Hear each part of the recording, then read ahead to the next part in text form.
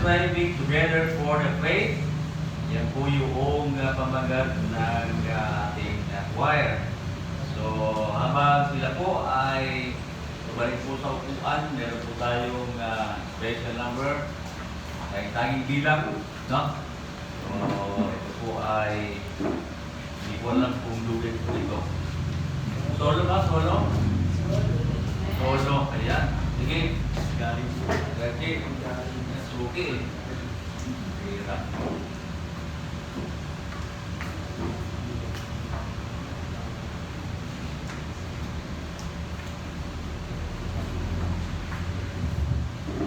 Ayan. So, pag-iitin ko natin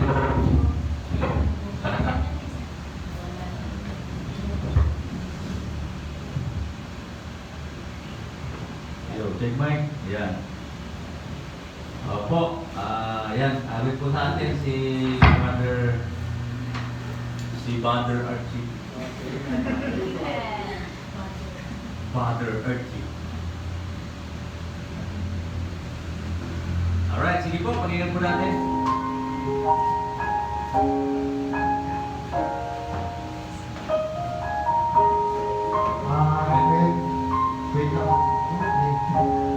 Ito pong kanta na to ay cover na po siya kung kilala niyo po si Gary G. Ito pong awit nito ay para po ito sa mga tao na hanggang nagsasakripisyo sa atin. Nakikita natin malakas, especially sa mga pastor natin, nakikita natin silang hindi. Pero itong kantang ito ay nagsisimbolize or nagpapaalala sa atin na kahit behind those strength ay kahit na nakita natin silang malakas, ay kapag nandun na sila sa point na mag-isa na sila ay parang isa sila, ayun, doon na nila nakikita yung doon na sila nag-iisa at may pinagdadaanan din sila ngayon natin. Kaya ayun, awitin ko po ang Warrior is a Child. Salamat kayo.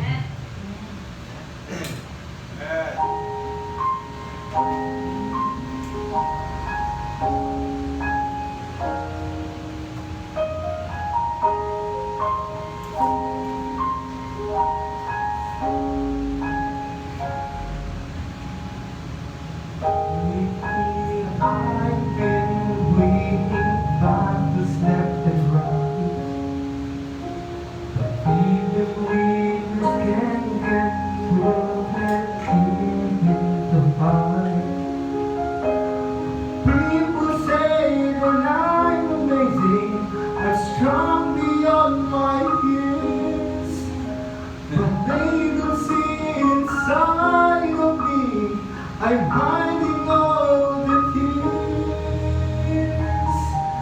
They don't know that I'm running home when I fall down.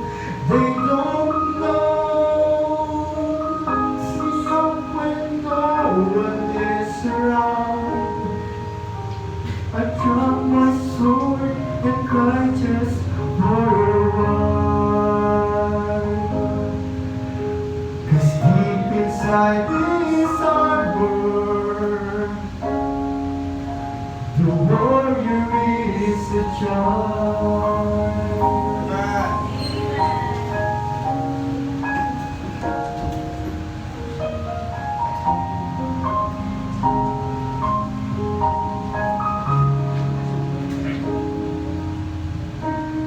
I'm afraid because his harbor is the best.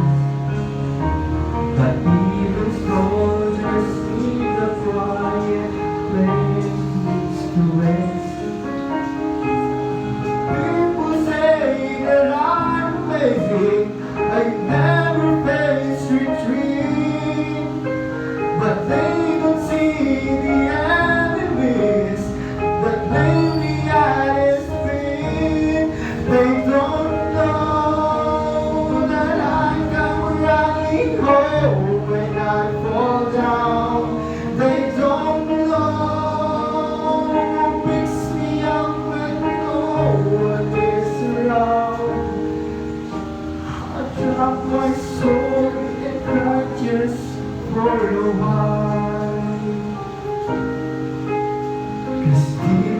sadness are more, the more you is in charge.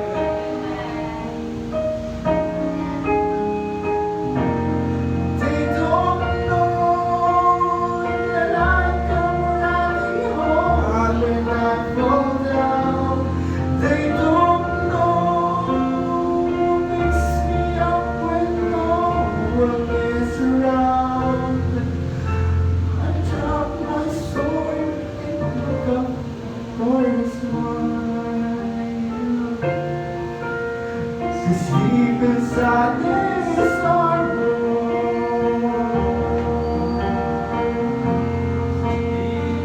Deep inside this sorrow.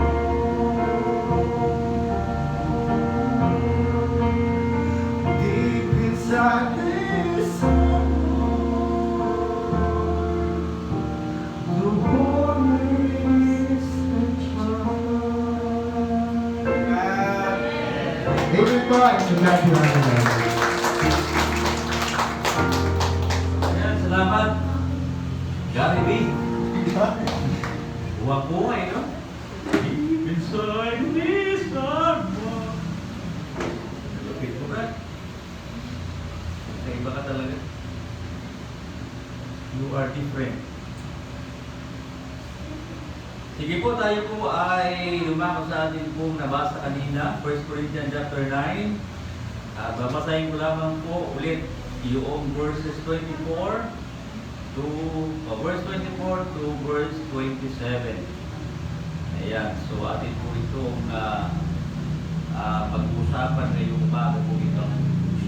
Babasahin ko po sa Tagalog para na sa ganoon ay mas maganda na mas maintindihan natin mabuti. Sabi po dito, hindi ba ganun nyo nalalaman na ang nagsitakbo sa takbuhan ay tumatakbong lahat? Ngunit isa lamang ang tumatanggap ng gantimpala.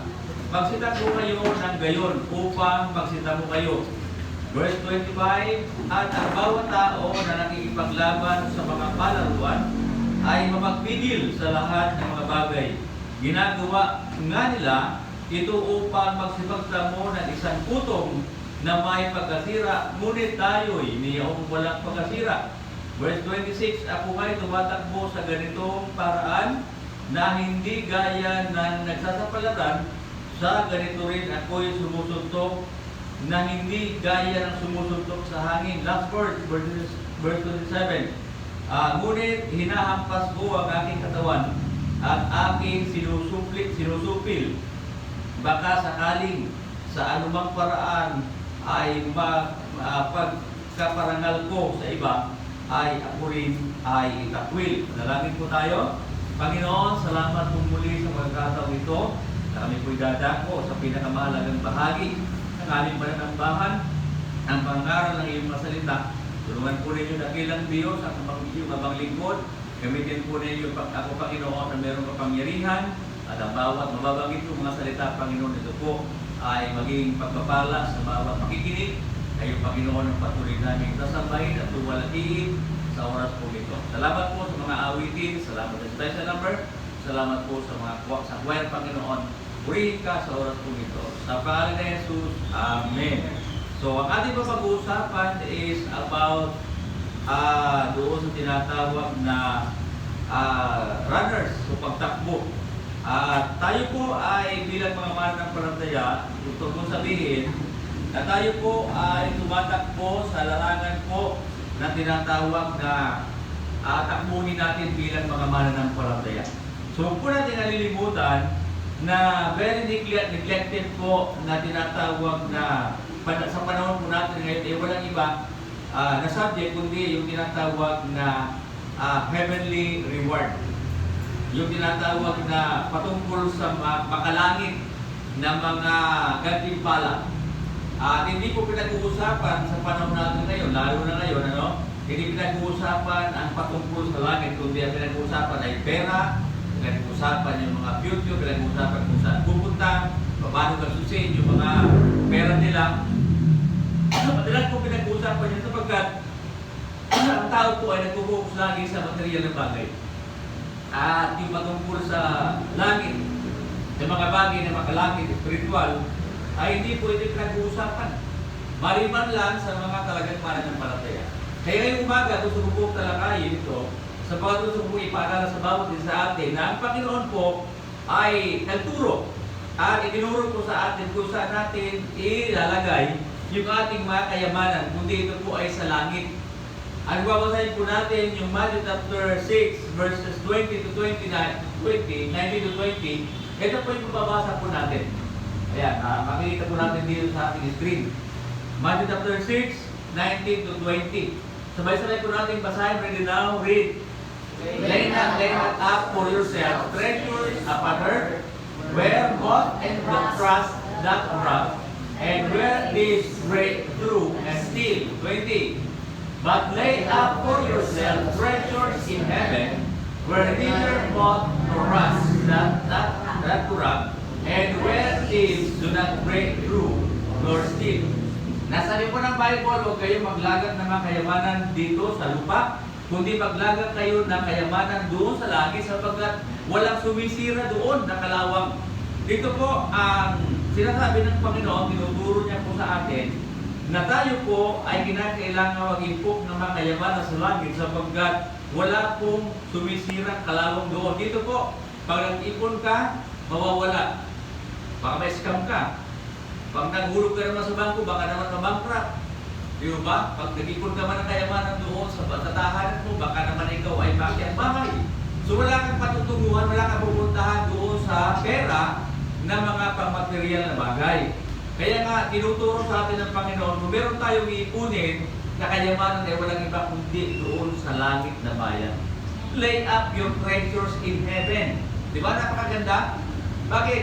Kasi doon naman talaga ang pinaka-final natin na pupuntahan. So dapat pagdating natin doon, meron tayong withdrawin. Tama po? Hindi ka makakapag-withdraw sa bangko kung wala kang dineposit. Tama ba?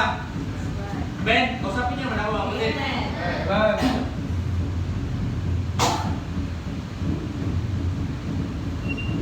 Yan. So meaning, pag may inipon ka, pag may deposit ka, meron ka withdrawin. Pag kaunti, kakaunti din yung withdrawin mo. Pag marami, marami din. So ganun kasimple yan, mga kapatid, kung kami naman. Kaya, maganda na maintindihan natin at gustong mangyari ng Panginoon sa buhay natin habang naninihintupan po tayo sa ibabaw ng planeta ito. Sapagkat nakakapanghinayang, kung nag-ipon ka ng kayamanan na material na bagay, at pagkatawag ito ay biglang nawala. At hindi mo ito madadala sa langit. Tandaan natin, wala kang perang dadalhin sa langit, walang ginto. Lahat yan ay wala tayong dadalhin doon. Sapagkat ang sabi ng Biblia, tayo ay sinilang sa mundong ito na wala tayong dala at babalik din tayo sa Panginoon na wala rin tayong dala. Diba? Meron na ba kayong nakita na namatay at may dala-dala siya ng mga, sabihin natin, ng mga bagay patungo sa langit? Wala po. Lahat iniwan. Diba? Kahit milyonary yan, iiwanan niya yung mga pera, kayamanan niya na yan dito sa lupa. Sapagkat ang realidad ng buhay ay ganoon. Kaya nga maganda na maisip natin na ngayon pa lang, bagi po na tayo ng kayamanan doon sa langit. At gusto kong sabihin sa inyo na meron pong tinatawag na crown na ibibigay sa atin ang Panginoon. There are, ilan to? 5 crowns in the Bible. Tandaan niyo po ito, no? At itong crown na ito ay ibibigay lamang ng Panginoon doon sa mga tumakbo at tinapos yung takbuhin. Yung mga huminto, hindi sila makakatanggap ng crown. Wala silang matatanggap kahit isa. Kahit ang lingkod sila nung simula at pagkatapos daw siya sa gitna, huminto siya, hindi niya matatanggap yung crown. Sapagkat ang makakatanggap lang yung mga finishers, yung mga nagtapos. Hindi ba? Parang medal yan. Hindi ka makakatanggap ng medal kung huminto ka kalagitnaan ng taon. Tama ba ako? So ganun lang yan. Ngayon, ito. Pakinggan nyo ito. Kung meron kayong mga Bible, meron kayong mga notebook, i-take note nyo po ito. 5 crowns po sa Bible na dapat po natin tandaan. Number 1, yung tinatawag na crown of life. Okay? Ito po yung mabawasan natin sa James chapter 1 verse 12. Crown of life. Ano ba yan, Jai? Yan. Tingnan natin ha. James chapter 1 verse 12. Ito po ay putong ng buhay. Blessed is the man that endureth temptation, for when he is tried, he shall receive the crown of life. Okay?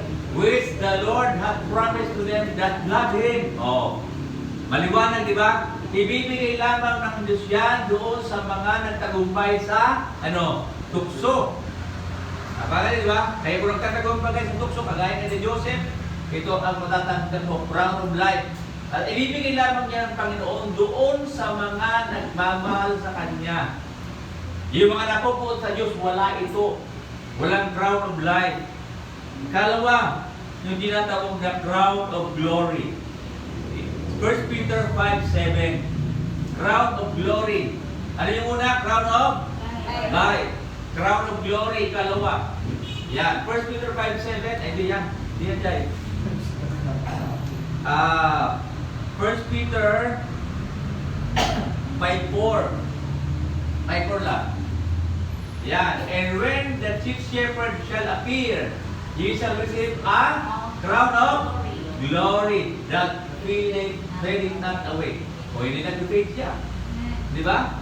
Kagaya ng mga sa Muslim na ginto. Ba, ang binibenta, nag-fade yun. Sabi niya, bilan po kayo ng ginto. Hindi po, kahit ibabad niyo po sa suka, hindi nangingitim. Eh, binabad sa suka, nangitim. Oh, bakit nangitim? Fake po yung suka. Ganun sila. Okay? That fadeth not away. Yan po yan, crown of glory. Ikatlo, yung tinatawag na crown of righteousness. Yan. 1 Timothy 4:8. 2 Timothy 4:8. Crown of righteousness. Number 1, crown of crown of righteousness ang pangatlo. Henceforth, there is laid up for me a crown of righteousness, which the Lord, the righteous judge, shall give me at that day, and not to me only, but, sabi niya, unto all them also that love His appeal. Yun. Hindi lang isa, kundi madami. Okay? Yung hinintay ang Panginoon sa kanyang muling pagbalik. Ibig sabihin, kahit hindi niya mahintay yung Panginoon sa pagbalik niya, kung siya kinuha ng Panginoon, makakatanggap rin siya ng crown of righteousness. Sapagkat siya po ay matuwid na husgado. Okay? Ang Panginoon po ay righteous judge. Ikatlo, ikapat ay tinatawag na crown, incorruptible crown. Yung binasa natin kanina, di ba? Sa 1 Corinthians chapter 9, verse, ano yun doon? 24 ba? Yeah, 24 o 25. Ayan o. Di ba? But we are incorruptible. Incorruptible crown. Yung sabihin, yung crown na to ay hindi nasisira. And every man is striving for the mastery of temperate in all things. Now, they do it to obtain corruptible crown, but we are incorruptible. Yan, matatayang po natin, incorruptible crown. So, ibig sabihin, yung mga tao na talaga nagtagumpay dito, no, sa takbuhin o anumang larangan, ito po ay nasisira yung panilakuha po ng mga tinatawag na corona. Pero tayo, na mananakbo ng Panginoon at tinapos natin yung takbuhin ay hindi masisira itong bibigay sa atin ng corona ng Panginoon. So, napakaganda mga kapatid na makita natin itong mabuti at maintindihan po natin. At hindi lamang po yan, kundi yung panghuli, yung crown of rejoicing. Ulisin na natin, ano yung una?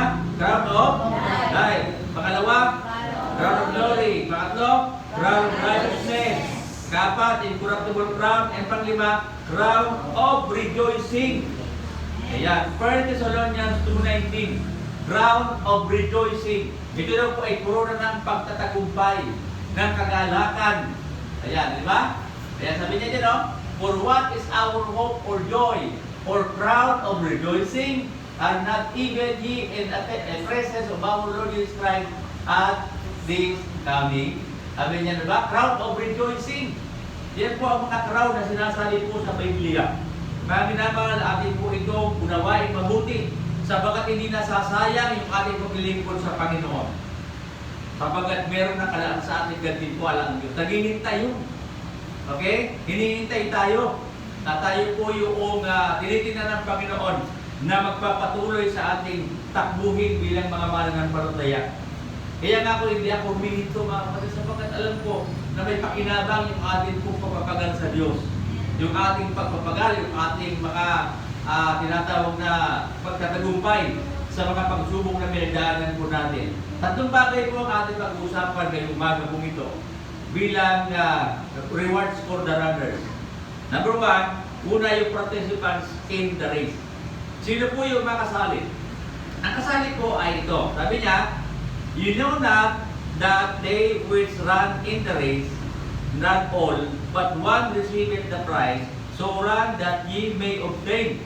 So ang makasali po dito ay yung tinatawag na mga mananampalataya. At ito po ay nag-start. O starting point po natin is salvation. Magmula po tayo ay naligtas. Since naligtas po tayo, kung kailan yun, doon po nagsimula yung ating run, yung ating takbuhin. Doon yung pasimula natin. Ako nagsimula ako 1995. So doon simula yung ating aking pagtakbo sa takbuhin na ito patungo sa Panginoon. Opo, sapagkat ito po yung kung saan tayo niligtas ng Panginoon. Sabi ng 16:31 ng Acts, thou shalt be saved in thine house, di ba? Sabi ni Paul doon sa Philippian jailer. Na sa Romans 10:9 na sabi doon, thou shalt confess that in thy mouth that Jesus Christ is raised from the dead, and thou shalt be saved. So yung kaligtasan ay binigay po sa atin ng Panginoon at kung naligtas po tayo, doon nagsimula yung atin pong takbuhin bilang mga mananampalataya. Tandaan po natin, hindi po bawat isa ay makakatanggap ng heavenly reward, sabi ng Bible.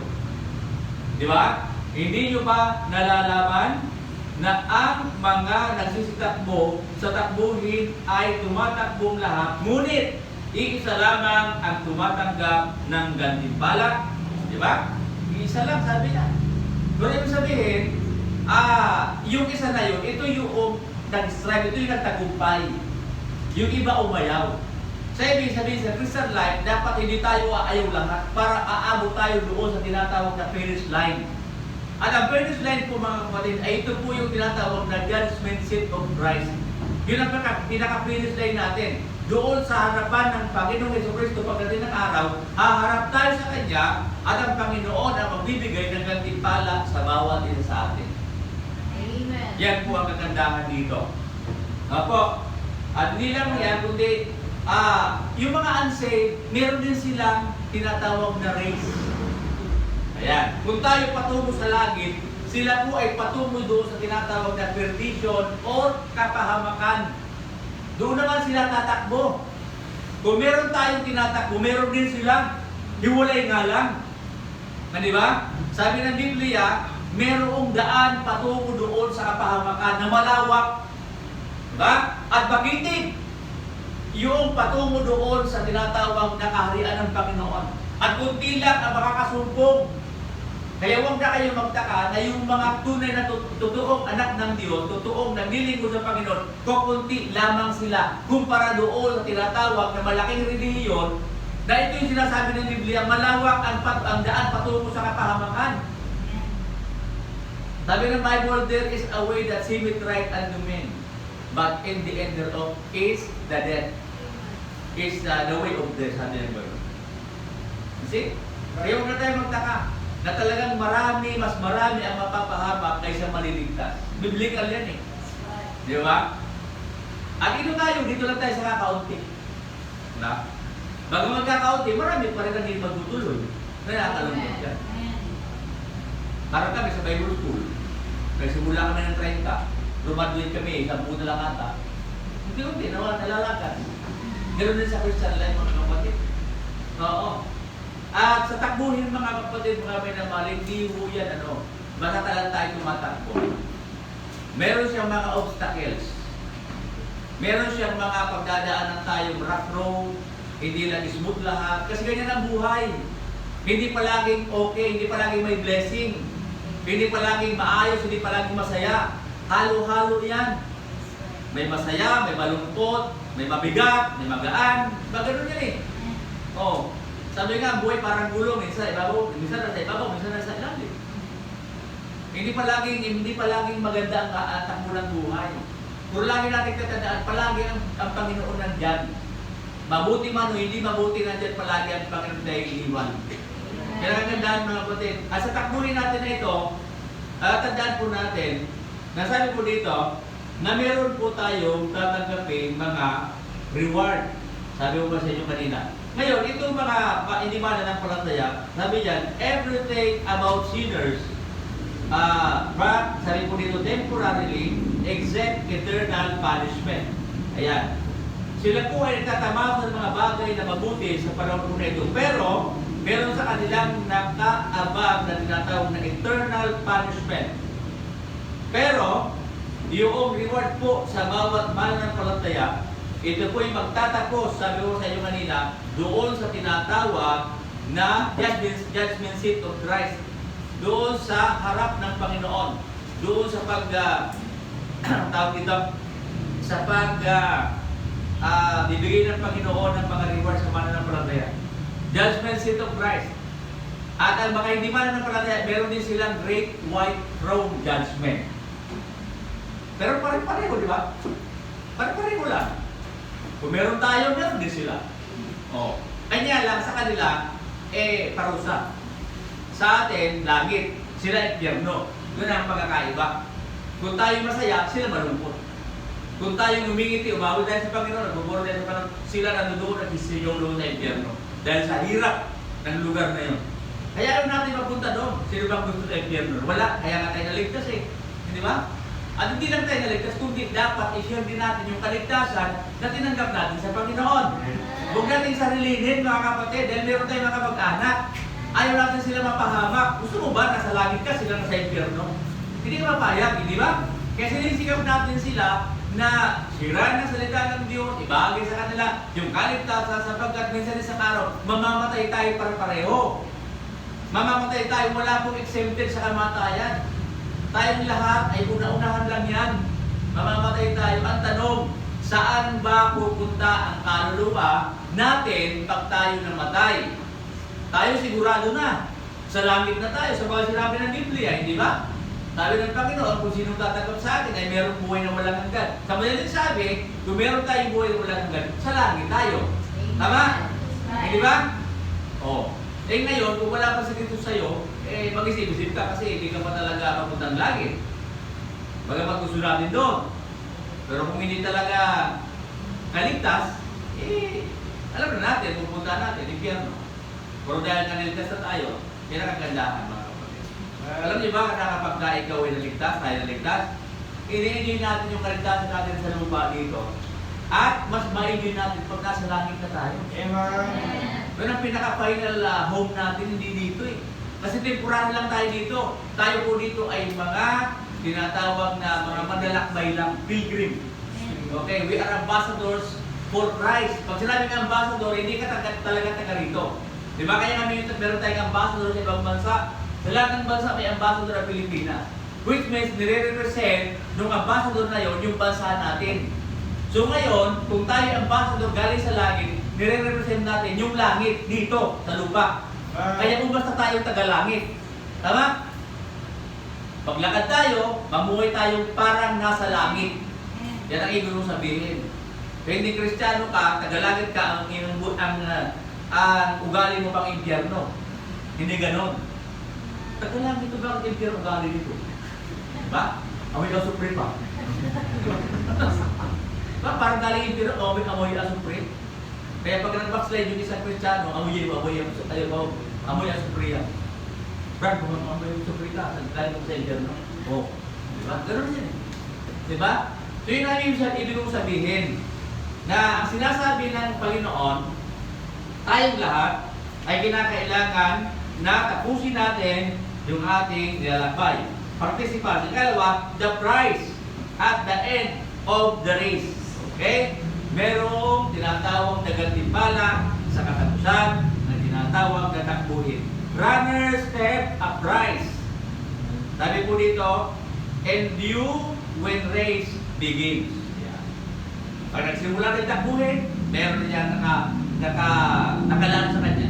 Na tinatawag na premium or price. Di ba? That price will keep him pressing on to the price. Oh, sabi po dito, to the end of the race. The race. Sabi nga po dito ni Apostle Paul sa Philippians 3:14, I press toward the mark for the prize of the calling of God in Christ Jesus. Di ba? Meron po, sabi po, siya po ay tinatawag na pressing on. I press toward the mark for the prize of the high calling of God in Christ Jesus. Kaya si Apostle Paul, hindi po siya nag-quit. Si Apostle Paul ay tumigil sa paglilingkod sa Panginoon. Kahit na marami siyang naranasan sa buhay, marami siyang tinanggap ng mga tinatawag na mga mahihirap na pinagdaanan sa buhay. Dinali, kinadena, nawasak yung kanyang sinasariang bangka, tapos tinuman ng ahas, lahat naranasan ni Paul. Nagkasakit, iniwanan ng mga kasama. Di ba? Naalala niyo, iniwanan siya ng mga kasama niya. Si Luke na lang natira sa kanya. Bakit si Luke? Kasi ano siya, doktor siya eh. Si Lucas. Siguro siya nang naiwan. Kaya nga may Saint Luke eh. Kasi doktor yun, si Luke. Doon kinuha yung pangalan na yan. Kasi, di ba, iniwan siya. Naramdaman niya yung bighati ng buhay. Isipin mo na sa kaligtahan kayo ng tinatawag na paglilingkod at bilang iwanan. Ang malungkot yun. At hindi lang isa, lahat ng kasama niya siniwanan siya. Isa lang natira. Buti na may natira pa eh. Oh. Dahil naranasan ni Paul yan, pero never po siya nag-quit sa ministry. Kaya nga marami siya nasulat na Bible eh. Ephesians, Thessalonians, lahat yan. Paul in Ephesians tawag yan. Si Paul lang sulat. Eh kung wala si Pablo, hindi po nakasulat yung lahat yan. Di ba? Wala tayong pinag-aaralan ngayon. Ito pinag-aaralan natin, sulat po ni Apostle Pablo. Para i-encourage tayo na maglingkod tayo sa Panginoon hanggang dulo. Hanggang sa uli. Mahirap naman sinimulan mo, hindi mo tinapos. Hindi ba mahirap yun? Nagsimula ka lang, tapos hindi mo naman tinapos. Meron na naman tinapos, hindi ka naman nagsimula. Hindi naman pwede yun. Tatapos ka, kaya nagsimula, wala. Matatapos ka. Hindi mo pwede yan. Di ba? Pag may sinimulan, tapusin. Yan ang prinsipyo ko sa buhay. Pag sinimulan mo, tatapusin ko. Diba? Para pelikula ni Fernando po. Simulan mo, tatapusin ko. Ganun din tayo. Kasi sayang lang eh. Di ba? Sinimulan mo, tapos di mo tinapos, sayang lang. Nagpagod ka lang. Na walang kwenta. Eh, ibig ka sa atin. At sabi ni Paul, yung sinabi niya, first to word. Bakit po? Kasi ito yan. Christian race for lasting rewards at Christ return. Ito sabi ng Panginoong Jesus. Sa Revelation 22:12, and behold, I come quickly, and my reward is with me. Amen. Say, and behold, I come quickly, and my reward is with me. Okay, maganda di ba? Ulitin natin. Basahin natin lahat. Ready now, say. Palit. Ready now, read. And behold, I come quickly, and my reward is with me, to give every man according to his work shall be. Amen. Ang Panginoon ang magbibigay. Nasa Kanya yung reward. Nakita niyo yan? Diba? Napakaganda na wala sa iba, wala sa tao. Sa Panginoon talaga, siya ang magbibigay. Pag hindi ka karapat-dapat, hindi ka bibigyan. Siya siya magbibigay. Siya yung righteous judge, sabi ng Bible. Oh. Kaya mga kapatid, sabi ko sa inyo, tama yung Bible, your labor is not in vain in the Lord. Hindi masasayang. Kaya sabihin ko sa inyo, ang paglilingkod natin ay bagamat mahirap, masalimuot minsan. Parang ayaw mo na. Parang gusto mo na tumigil. Kasi parang pakiramdam mo, ikaw na lang naglilingkod sa Panginoon. Parang wala naman nakakita sa pagod mo. No. Kapag isip na ganyan, alam ng gusto. God is not unrighteous to forget your labor of love. Amen. Yes. Alam ng Panginoon, maniwala sa akin. Yung sama ng loob mo, di ba? Yung tampo mo lahat yan. Alam ng Diyos yan. Diba? Hindi mo bagang parang, ano ba yan? ganito na lang, rutina lang pala. Problema, pagsubok, lahat yan. Eh, hindi mo alam na yan ay tinatry ka lang ng Panginoon. Sinusubukan ka lang. Yung pananampalataya mo. Kasi kung malayo mga pagsubok na yun, hindi naman natin malalaman kung matatag na ba yung pananampalataya natin, kung may inata. Ganun yun. Nagpapatatag yan eh. Di ba? Kaya nga dapat nating intindihin na ang buhay natin dito sa mundo ito ay dapat dumaan tayo minsan sa mga pagsubok tuliran natin sa buhay. Dahil yan yung magiging dahilan para tumibay tayo sa ating pananampalataya sa Diyos. Hindi para lumayo. Kasi kapag ganun ang interpretasyon natin sa buhay, kapag may problema ka, lalayo ko sa Panginoon, hindi tama yun. Kasi pag lumayo ka, sinasabi mo lang na ayaw mo sa Panginoon kasi ayaw mong tulungan ka ng Diyos. Tsaka hindi naman natin kakayanin yung problema, tama? Di ba? Ikaw, di kaya, sa totoo lang. Ako, pastor, kaya-kaya ko yung problema. Wala ko sa'yo. Hindi mo kaya yun. Ngayon ng kunting problema lang, wala kang pabili ng bigas, problemado ka na eh. Di ba? Maghapon ka na ng kasimango. Kung maghapon ka na ng kasimango, di kayo magkakabigas. Di ba ganun? Ang maganda dyan, maghanap ka. Pag nakita mo yung Mumbai, taran mo. Hindi mo masama ba mangutang? Hindi naman, di ba? Masama ba mangutang? Hindi naman eh. Bayaran mo lang. Hindi naman eh. Pero kung nangungutang ka, hindi ka nagbabayad, bayaran masama. Ngayon, kung gusto mo na huwag magbayad, sabihin mo na, pahingi na lang ako. O para malinaw. Di ba? Kasi kung sabihin mo, pastor, pahingi pa ako na, wala problema, hingi ko yan. Pero pautang, pastor, pautang ako ng ganito. Wala akong ipapautang sa'yo. Wala akong pera. Ganun lang naman po yan. Kaya sa Pilipinas kasi, ito yung pinaka-mahirap na gawain ng Pilipino. Yung mangutang, pag siningil mo, galit pa siya. Kaya dito po sa dyan, tandaan po ninyo, bawal sa atin dito ang pautang. Okay? O kung may mangutang man, basta tatanda natin, bayaran natin.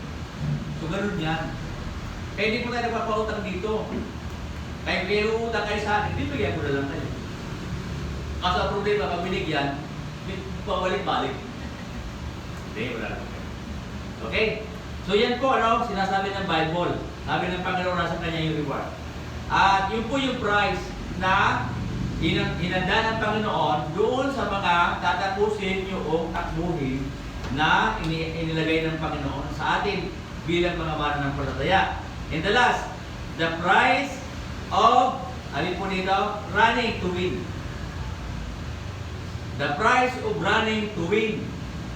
Yung mga tumatakbong, tawag nito, yung mga nagwawagi, yun ang tapos. Verse 26-27, I therefore so run uncertainty, so fight I not as one that beateth the air, but I keep under my body and bring it into subjection, lest that by any means, when I preach to others, myself should be cast away. Opo, sabi po dito, kinakailangan po natin na tumakbo. Sabi po dito na ni Apostol Pablo, na tumatakbo siya sa ganitong paraan na hindi gaya na nagsisipat niya sa nagsisapalaran. Opo, so dito, tingnan po natin mabuti na ang bawat tumatakbo ay meron po tinatawag na pagdidisiplina. Ha? Sa Hebrews chapter 12, tingnan mo dyan, 1 and 2. Kaya po at hindi lamang po tayo ang tumatakbo, kundi marami, kundi merong nakatingin sa atin. Kaya nyo wherefore seeing we also are compassed about with so great a cloud of witnesses. Yan. Sila yung mga witness natin, yung mga nauna na sa atin, yung mga mananampalataya na nandun sa langit. Sila yung mga witness natin, nakatingin sa atin. Sila nag-cheer. Sige, tumakbo ka. Sige, bilisan mo lang. Handaan-handaan lang. Tapusin mo. Sila yung mga sumisigaw. Mga cheerer natin. Di ba kasi maganda ka may nag-cheer, di ba? Pag naglalaro ka. Diba? Parang ang gaan-gaan maglaro kapag may mga nag-cheer sa'yo. Sila po yan eh, oh. The mga cloud of witnesses, sila yun. Great a cloud of witnesses. Let us lay aside every weight and the sin which that is so easily beset us. And let us run with patience that the race that is set before us. Ayan. Di ba? Tayo daw po, kung may pagpasensya at alisin natin lahat ng mga kabigatan sa buhay natin. Ngayon, yung kasalanan. Hindi tayo matatapos sa takbuhin natin pag meron yan. Yung kasalanan na yan. Yan ang magpapahinto sa atin. Yan ang magpapatigil sa atin sa takbuhin natin sa Panginoon. Verse 2.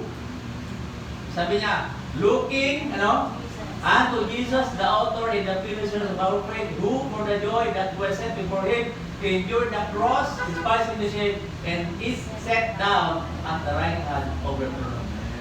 Habang tumatakbo ka, tumingin ka sa Panginoon. Sapagkat siya lamang po yung bibigay sa atin ng lakas, at tayo po ay bibigyan ng Panginoon ng lakas para matapos natin yung ating takbuhin. Sa Panginoon lang tayo titigil. Bakit?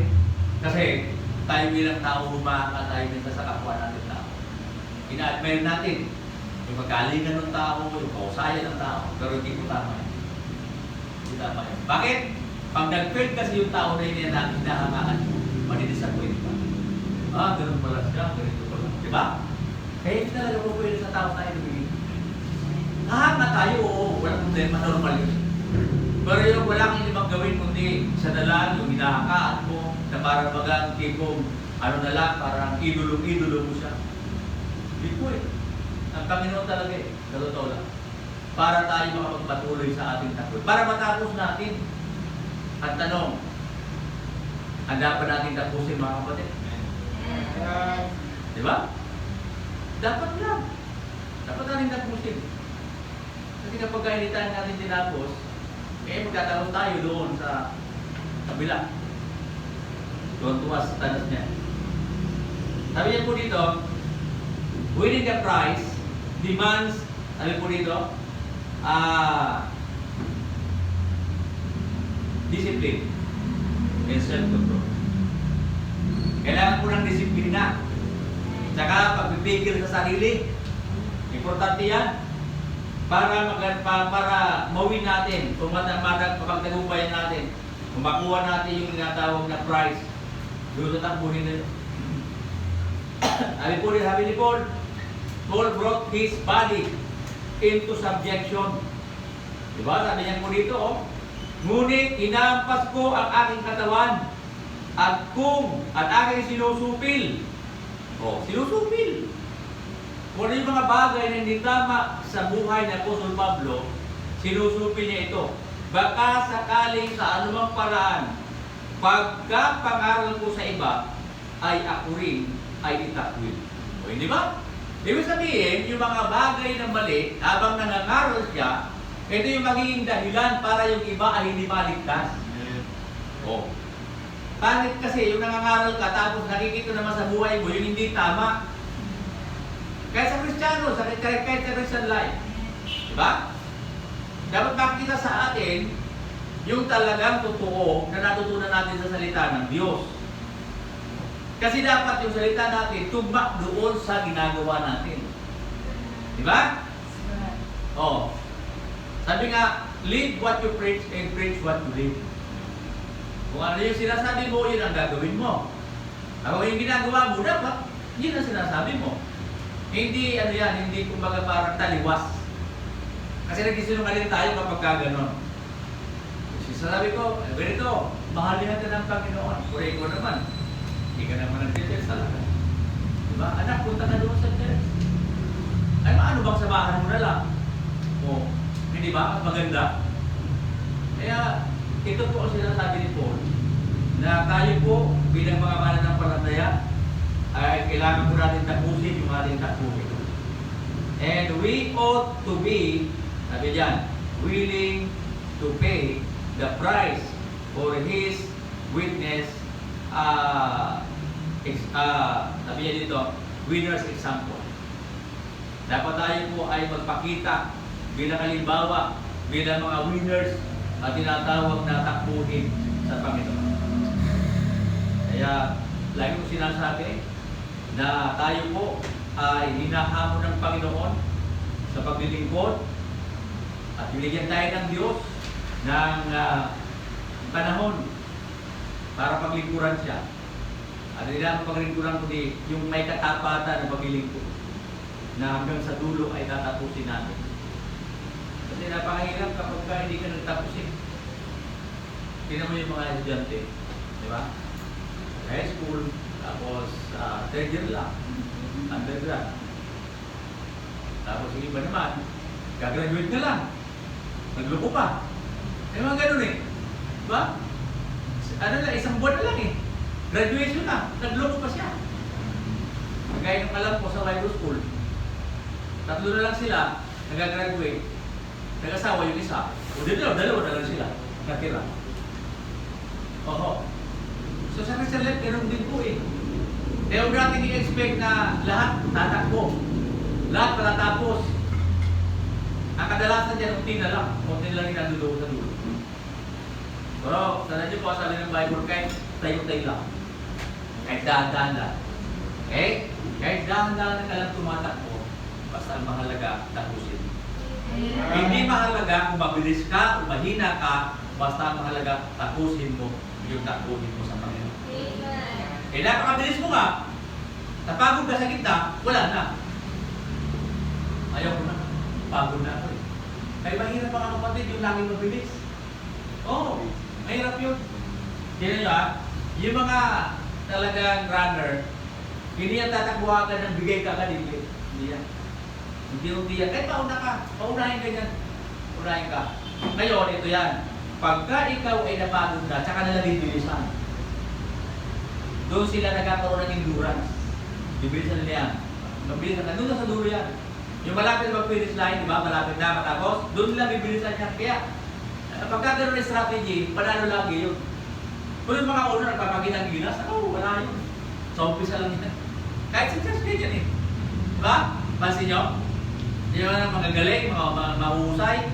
Kaya sa Bible School, mas lagi, di ba? Alam mo ba yan sa Bible School na akala mo, ito'y matatalino. Marami kami niya matatalino. Sabi ko ito, matatapos ko. Mali pala ako. Kung sino yung mga kengkoy-kengkoy, yung mga akala mo walang sinabi, di ba yung may niyar na lang magbasa ng Bible, mga ganyan, di ba mag-memorize. Di mo, sila yung graduate. Oo. Alam ko ba? Ganyan lahat eh. Yung mga matatalino, hindi ko alam. Baka napunta lang sila doon sa Bible School na para lang, hindi ko alam, baka magpakita ng gilos na. Pero wala eh.